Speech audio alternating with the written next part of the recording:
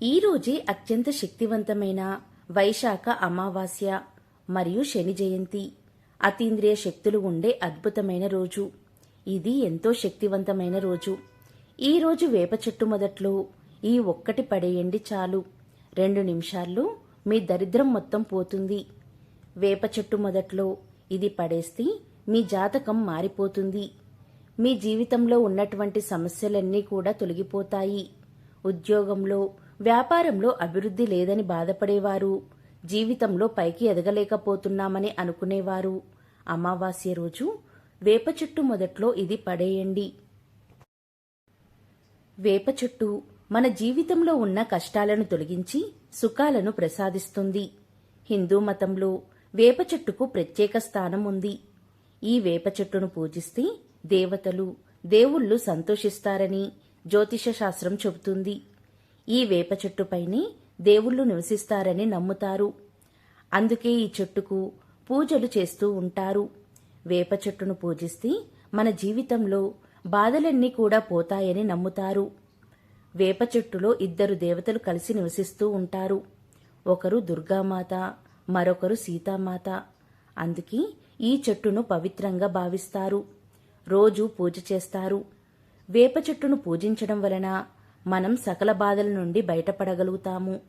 వేప చెట్టును పూజిస్తే మన జీవితంలో ఉన్న నెగిటివిటీ తొలగిపోతుంది. అంతేకాకుండా ఇది మన జీవితంలో సానుకూలతను పెంచుతుంది. శనిదోషం ఉంటే ఎక్కడ లేని సమస్యలు మనల్ని చుట్టేస్తూ ఉంటాయి. అందుకే శనిదోషం పోయేందుకు ఎన్నో ప్రయత్నాలు చేస్తూ ఉంటారు. మీకు శనిదోషం ఉంటే రోజు వేప చెట్టును పూజించాలి. ఇది శనిదోషం నుండి మీకు ఉపశమనాన్ని కలిగిస్తుంది. అలాంటి వేప చెట్టు మొదట్లో అమావాస్య రోజు ఏం పడేయాలనే విషయాన్ని ఈరోజు వీడియోలో తెలుసుకుందాం. ఒకసారి పరమేశ్వరుడు పార్వతీదేవితో కలిసి ఆకాశ మార్గంలో హరిద్వార్లో సంచరిస్తున్నారు. అప్పుడు పార్వతీదేవి అలా కిందకు చూసేసరికి కోట్లాను కోట్ల జనం గంగానదిలో స్నానం చేస్తూ హరహర గంగే, హరహర గంగే అంటూ వెళ్తూ ఉన్నారు. అలా పార్వతీదేవి చూసేసరికి కోట్లాను కోట్ల జనం గంగా పుష్కరాల్లో గంగానదిలో స్నానం చేసి హరహర గంగే అంటూ వెళ్తున్నారు. అలా వారు గంగానదిలో స్నానం చేసి వెళ్తున్నా కూడా వారు ఆనందంగా లేరు, దుఃఖంగా, బాధలో ఉన్నారు. అప్పుడు పార్వతీదేవి చాలా ఆశ్చర్యంతో పరమేశ్వరుణ్ణి ఇలా అడిగింది. నాదా, గంగానదిలో స్నానం చేసినట్లయితే సమస్త పాపాలు కూడా తొలగిపోతాయని అంటారు కదా, మరి వీళ్ళు స్నానం చేసినా కూడా దోషాలు ఎందుకు తొలగిపోలేదు? గంగానదిలో అంత శక్తి లేదా అని అడిగింది. అప్పుడు పరమేశ్వరుడు ఇలా అంటున్నాడు. చూడు పార్వతి, గంగానదిలో ఎప్పటికీ కూడా ఆ శక్తి అనేది ఉంటుంది. కాని ఈ మనుషులందరూ నిజమైన గంగా స్నానమే చేయలేదు. అలా వారు చేయకపోతే వారికి మంచి ఎలా జరుగుతుంది అని అన్నాడు. ఇక పార్వతీదేవి ఆశ్చర్యంతో ఇలా అంటుంది. ఏంటి స్వామి, వాళ్ళు స్నానమే చేయలేదా? అదేమిటి స్వామి, అందరూ కూడా గంగానదిలో స్నానం చేసే కదా వెళ్తున్నారు. ఇంకా వాళ్ళ ఒంటి మీద తడి కూడా ఆరలేదు అని అనగానే దానికి పరమేశ్వరుడు ఇలా అంటున్నాడు. వీళ్ళు కేవలం నదిలో మునిగి వస్తున్నారు అంతే. నేను రేపు నీకు ఒక రహస్యాన్ని చెప్తాను అని అన్నాడు. దానికి పార్వతీదేవి సరే అంటుంది. ఇక మరుసటి రోజు చాలా జోరుగా వాన కురుస్తుంది. 4 వైపులా కూడా వర్షం నీటితో మునిగిపోయి ఉంది. చాలా గుంటలు పడిపోయి ఉన్నాయి. ఇక పరమేశ్వరుడు తన లీలలతో ఒక వృద్ధుడిగా మారాడు. పరమేశ్వరుడు కావాలనే వెళ్లి ఒక గోతిలో పడిపోయాడు. పరమశివుడు అలా పడగానే మనుషులు చూస్తూ ఉన్నారే కాని కనీసం ఎవరూ కూడా తీయడానికి రాలేదు. పరమశివుడు ముందుగానే పార్వతీదేవికి ఇలా చెప్పాడు. ఆ గొయ్యి దగ్గరే పార్వతీదేవిని కూడా సాధారణ స్త్రీ రూపంలో కూర్చోబెట్టి నీవు గట్టిగా అరుస్తూ ఉండు. నా వృద్ధుడైన భర్త ఆ గోతిలో పడిపోయారు. ఎవరైనా పుణ్యాత్ములు ఉన్నట్లయితే నా భర్తను బయటికి తీయండి. అసహాయ స్థితిలో ఉన్నాను, సహాయం చెయ్యండి అని గట్టిగా పిలువు. ఎవరైనా వచ్చినట్లయితే వారితో ఇలా చెప్పు. నా భర్త ఎప్పుడూ ఎటువంటి పాపాలు కూడా చేయలేదు. నా భర్త మీద చెయ్యి వేసేవారు ఎటువంటి పాపాలను కూడా చేసి ఉండకూడదు. అటువంటి వారే నా భర్త మీద చెయ్యి వేయాలి.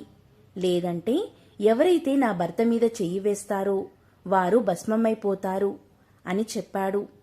దానికి పార్వతీదేవి సరేనని చెప్పి అక్కడే కూర్చొని ఉంది.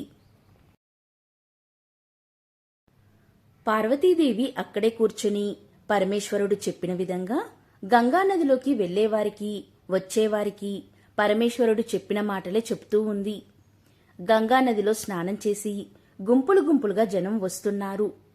పైగా అవి గంగానది పుష్కరాలు కావడంతో అక్కడ ఇసుక వేసిన రాలనంత జనముంది. సుందరమైన స్త్రీ అక్కడ కూర్చొని ఉండడం చూసి చాలామంది మనసులలో చాలా దుష్టమైన ఆలోచనలు కూడా వస్తున్నాయి. చాలామందైతే పార్వతీదేవితో ఇలా కూడా చెప్పారు, ఆ ముసలివాణ్ణి చనిపోనివ్వు, ఎందుకు ఆ ముసలివాడి కోసం ఏడుస్తున్నావు అని అన్నారు.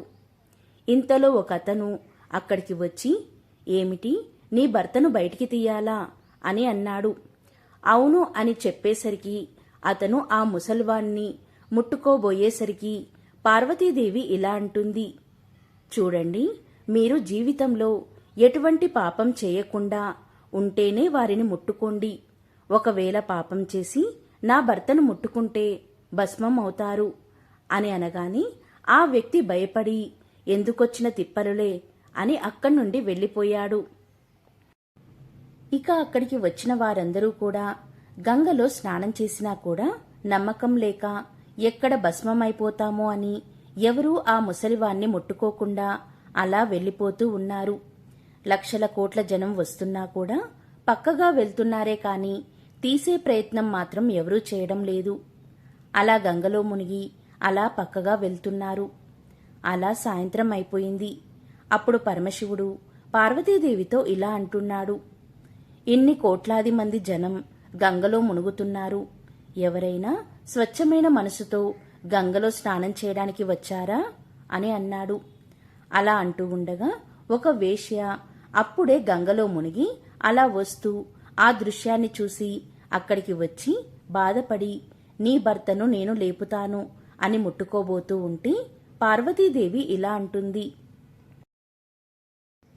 చూడమ్మా, నీవు ఎటువంటి పాపం చేయనట్లయితేనే నా భర్తను తాకు, లేదంటే నా భర్తను తాకగానే నీవు భస్మమవుతావు అని అంటుంది. కాని ఆ వేషస్త్రీ ఎటువంటి సంకోచం లేకుండా ఇలా అంటుంది, అమ్మా, నేను జీవితంలో ఎన్నో పాపాలు చేశాను. కాని ఆ పాపాలన్నిటినీ పోగొట్టుకోవడానికి గంగలో మునుగుదామని వచ్చి ఆ గంగామాతకు నమస్కరించి ఇప్పుడే గంగలో మునిగి వస్తున్నాను. ఇక నాకు పాపం ఎలా అంటుతుంది? గంగానదిలో స్నానం చేశాక ఎవరిపైన కూడా పాపాలు ఉండవు కదా అని చెప్తూ ఆ వేషస్త్రీ పరమశివుణ్ణి ఒక్క దెబ్బకు పైకి లాగింది. పార్వతీ పరమేశ్వరులిద్దరూ ఆ వేషస్త్రీని పుణ్యస్త్రీగా భావించి ఇద్దరూ కూడా వారి యొక్క అసలైన రూపాలు ధారణ చేసి ఆ వేషస్త్రీకి దర్శనమిచ్చి అంతర్ధానమయ్యారు. అప్పుడు పరమేశ్వరుడు పార్వతీదేవితో ఇలా చెబుతున్నాడు, పార్వతీ, ఇంత కోట్లాను కోట్ల జనంలో ఒక్క వేషస్త్రీ మాత్రమే గంగా స్నానాన్ని పవిత్ర మనసుతో పాపాలు పోతాయని నమ్మి చేసింది. ఇన్ని కోట్ల జనంలో ఆ స్త్రీ ఒక్కటి మాత్రమే పాపాలన్నీ పోగొట్టుకొని మన కైలాసానికి వస్తుంది. ఎవరైతే వ్యక్తులు ఎటువంటి శ్రద్ధ విశ్వాసం లేకుండా డామికాల కోసం మాత్రమే గంగా స్నానం చేస్తే వారికి వాస్తవిక ఫలితాలనేవి లభించవు. దానివల్ల గంగా స్నానం వ్యర్థమవుతుంది. భక్తి శ్రద్ధలతో గంగా స్నానాన్ని చేయడం వలన చాలా పుణ్యాలు కలుగుతాయి. ఎంతో పవిత్రమైన మరియు శక్తివంతమైన అమావాస్య రోజు వేప చెట్టు మొదట్లో ఏం పెట్టాలో ఇప్పుడు మనం తెలుసుకుందాం. మనలో చాలామంది గ్రహ సంచారం బాగోలేదని, తలరాత బాగోలేదని, ఏ పనిపై ఇంట్రెస్ట్ రావడం లేదని, అన్నింటిలో నష్టాలు ఎదుర్కొంటున్నామని, చుట్టుపక్కల వారందరూ కూడా బాగున్నారు కానీ మేము మాత్రం ఇంకా పేదరికాన్ని అనుభవిస్తున్నాం అని అనుకుంటూ తమలో తామే మదన పడిపోతూ ఉంటారు. మీ జీవితంలో ప్రశాంతత, ఆనందం ప్రవేశించాలంటే అమావాస్య రోజు వేప చెట్టు దగ్గర ఒక పని చేయాలి. ఈ పని చేశాక 2 నిమిషాల్లో మీరు మీ దరిద్రం నుండి బయటపడగలుగుతారు. 2 నిమిషాల్లో మీకున్న అశాంతి, సమస్యలు తొలగిపోతాయి. అసలు వేప చెట్టు మొదట్లో ఏం పడేయాలి అంటే 2 లవంగాలు. మీరు 2 లవంగాలు తీసుకొని మీకున్న ఆరోగ్య, ఆర్థిక సమస్యల గురించి చెప్పుకొని, అలానే మీరు ఎవరి వల్లనైనా సమస్యలు ఎదుర్కొన్నట్లయితే వారి గురించి, వ్యాపార, ఉద్యోగ సమస్యల గురించి, వాటినన్నిటి గురించి చెప్పుకొని ఇంటి నుండి బయటికి వచ్చి మీ తల చుట్టూ ఆ లవంగాలతో దిష్టి తీసుకొని ఆ తర్వాత మీ ఇంటికి దూరంగా ఉన్న వేప చెట్టు మొదట్లో పడేయండి. ఈ పరిహారం మీరు ఏ సమయంలో చేసినా పర్వాలేదు. ఈ పరిహారాన్ని ఈరోజు చేసినట్లయితే నెగిటివ్ ఎనర్జీ తొలగిపోతుంది. లవంగాలతో పరిహారం చేయడం వలన అనేక ఉపయోగాలు ఉన్నాయి. అంతేకాదు, ఇంట్లో లవంగాలు ఉంటే ఆర్థిక సమస్యలు దరిచేరవు. పరిహార శాస్త్రంలో లవంగాలకు చాలా ప్రత్యేకత ఉంది. లవంగాలతో అమావాస్య రోజు పరిహారం చేస్తే సకల శుభాలు కలుగుతాయి. పూజ గదిలో లవంగాలు ఉంచడం వలన మీ ఇంట్లోకి నెగిటివ్ ఎనర్జీ రాదు. అంటే వారంలో ఒక్కసారి కానీ పౌర్ణమి, అమావాస్య తిథులు వచ్చినప్పుడు పూజ గదిలో దీపం వెలిగించి అందులో 2 లవంగాలు వేయండి. ఇలా లవంగాలు వేసి మనం దీపం వెలిగిస్తే సకల దోషాలు తొలగిపోతాయి.